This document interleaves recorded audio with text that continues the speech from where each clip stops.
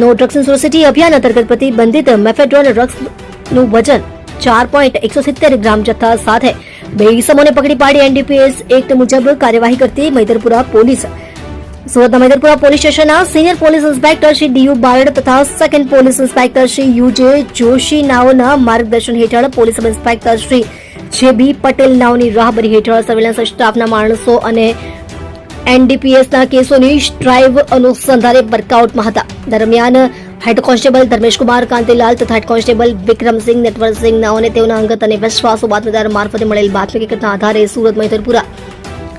દિલ્હી ગેટથી સબરસ ગરનાળા તરફ જતા રેલવેના ગોદામના ગેટની સામે રોડ ઉપર જાહેરમાં 2 ઇસમો મોહમ્મદ એજાઝ ઉર્ફે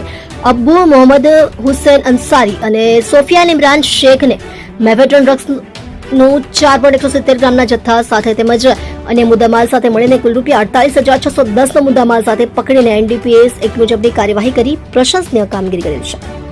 તમે જોઈ રહ્યા છો સૌથી પહેલા ન્યૂઝ આપતી સેવા ન્યૂઝ ગુજરાત ડાયરેક્ટર અજમલ જાદવની સાથે.